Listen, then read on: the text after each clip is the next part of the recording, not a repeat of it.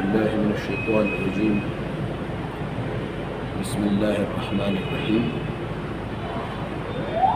Dear students, السلام علیکم. آج کا ہمارا ٹاپک جو ہے وہ ہے the regime of general Zia ul Haq 1977 to 1988 and efforts for the enforcement of Islamic law. General Zia الحق کا دور حکومت اور نفاذ اسلام کے لیے اقدامات. جیسا کہ اس سے پہلے جو ہمارا ٹاپک تھا وہ ذوالفقار احمد بھٹو کے بارے میں تھا. 1977 کے انتخابات کے بعد دھاندلی کے الزامات پر ملک میں سیاسی بحران اور تحریک نظام مصطفیٰ چل رہی تھی، جس کے نتیجے میں ضیاء الحق نے بھٹو کی حکومت ختم کر دی اور 5 جولائی 1977 کو ملک میں مارشل لاء نافذ کر دیا. بھٹو کو قید کر لیا گیا تھا اور لاہور ہائی کورٹ نے نواب احمد خان کے قتل کے الزام میں سزائے موت سنائی. اس کے بعد کیونکہ مارشل لاء کا اور ابتدا میں کہا گیا کہ 90 دن کے اندر انتخابات کرائے جائیں گے اور اقتدار جو ہے وہ سول حکومت کے حوالے کر دیں،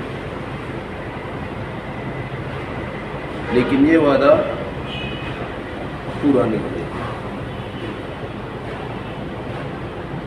In October 1977, elections were postponed due to accountability.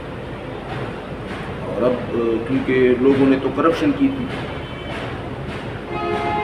اس نے کہا کہ اس کے بعد اکاؤنٹیبلٹی کے بعد احتساب کے بعد الیکشن ہوں گے. پھر مارچ 1978 کو بھٹو کو سزائے موت دی جاتی ہے. جولائی 1978 میں ضیاء الحق ایک کیبنٹ بناتے ہیں جسے سویلین کیبنٹ کہا جاتا ہے. اس دوران سیاسی پارٹیوں پر پابندی لگائی جاتی ہے. اب یہ ایسا دور تھا جس میں جو کابینہ تھا اس میں فوجی اور سول دونوں موجود تھے، جسے مخلوط کیبنٹ کہا جاتا تھا. اصل میں فیصلے فوجی قیادت ہی کر دیتے، لیکن آن اسکرین جو تھے وہ سول لوگ ہوتے تھے. اب اس کابینہ میں سٹارٹ میں پی ایم ایل پاکستان مسلم لیگ کے ممبرز شامل تھے، لیکن بعد میں اس میں پی این اے پاکستان نیشنل الائنس یعنی پاکستان قومی اتحاد سے بھی کچھ ممبرز لیے جاتے ہیں. اور اس کابینہ میں زیادہ تر آزاد امیدوار اور ضیاء الحق کے جو دوست یا جو حامی ہوتے ہیں وہ شامل ہوتے ہیں. سپٹمبر 1978 ضیاء الحق وہ خود کو یعنی صدر جو ہے وہ اناؤنس کرتے ہیں. اس کے بعد ضیاء الحق زکوٰۃ، حدود اور عشر آرڈیننس جاری کرتا ہے اور بعد میں سپٹمبر 1979 وہ لوکل گورنمنٹ کے جو الیکشن ہے وہ اس کا اعلان کرتے اناؤنس کروایا جاتا ہے. پھر 23 مارچ 1981 کو پروویژنل کانسٹیٹیوشن بنایا جاتا ہے اور وہ اصل میں just to support martial law. 12 اگست 1983 کو ضیاء الحق نے ایک نیا آئین جو تھا وہ اناؤنس کرتا ہے، وہ اس لیے کہ اس کی وجہ سے ریفرینڈم ہوگی اور اس کے ذریعے عوام جو ہے وہ صدر منتخب کرے گی، یعنی ضیاء الحق کو صدر منتخب کرے گی۔ دسمبر 1984 میں ریفرینڈم کرائے جاتے ہیں اور ضیاء الحق جو ہے وہ اصل میں 98% ریشو کے ساتھ صدر بن جاتے ہیں اور اپنے آپ کو الیکٹ کرتے ہیں۔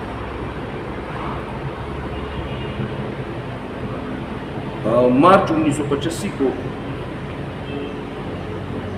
محمد خان جنیجو کی حکومت بنتی ہے جو کہ نان پارٹی بیس پر ہوتی ہے۔ یہ الیکشن اصل میں نان پارٹی بیس الیکشن ہے۔ پھر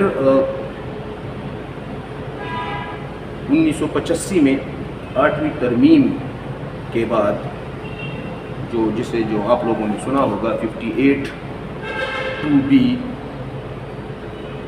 کے بعد صدر کے اختیارات جو ہیں وہ بہت زیادہ ہو جاتے ہیں، یعنی اب اس کا مطلب یہ ہے کہ صدر جو ہے وہ کابینہ بھی توڑ سکتا ہے، اسمبلی کو بھی ڈیزالو کر سکتا ہے، تحلیل کر سکتے ہیں۔ پھر اب ہم آتے ہیں سانحہ بہاولپور جو کریش ہوا ہے، جس میں 30 لوگ شہید ہوئے تھے۔ C-130 طیارہ جو ہے وہ کچھ منٹ کے بعد وہ تباہ ہو جاتا ہے اور اس حادثے میں جو ہے 30 سے زیادہ سے لوگ جو ہے وہ مارے جاتے ہیں۔ پھر اس کے بعد نئی گورنمنٹ بنتی ہے اور 1988 میں انتخابات کرائے جاتے ہیں اور بے نظیر بھٹو جو ہے وہ وزیر اعظم بن جاتے ہیں۔ اب بیٹا اس کا جو دوسرا پارٹ ہے جو سٹارٹ میں نے بتایا کہ نفاذ اسلام کے لیے جو اقدامات کیے ہیں جنرل ضیاء الحق نے، تو وہ ہم انشاءاللہ اگلا جو ہمارا لیکچر ہے وہ ہم اس میں ڈسکس کریں گے۔ امید کرتا ہوں کہ آپ لوگ اس کو سمجھ چکے ہوں گے۔ اگر کوئی بھی مسئلہ ہے then I will try to assist you. Thank you very much.